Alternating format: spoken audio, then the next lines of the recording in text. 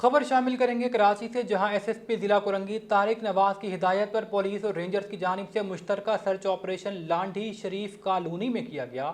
اسی حوالے سے مزید تفصیلات لیں گے کراچی میں موجود ہمارے چیف رپورٹر جاوید محمود ارائن سے۔ جی جاوید محمود، آگاہ کیجیے گا۔ جی بالکل، ایس ایس پی ضلع کورنگی طارق نواز کی ہدایت پر پولیس اور رینجرز کی جانب سے مشترکہ سرچ آپریشن جرائم پیشہ عناصر کی موجودگی کی خفیہ اطلاع پر لانڈھی شریف کالونی میں کیا گیا ہے۔ سرچ کامبنگ آپریشن میں 50 سے زائد افسران اور اہلکار موجود تھے۔ آپریشن میں 5 لیڈی پولیس سرچرز کے ہمراہ مشکوک گھروں کی تلاشی بھی لی گئی۔ پولیس کی جانب سے سرچ آپریشن کے دوران تلاش ڈیوائس کے ذریعے 80 افراد کا کرمنل ریکارڈ بھی چیک کیا گیا ہے۔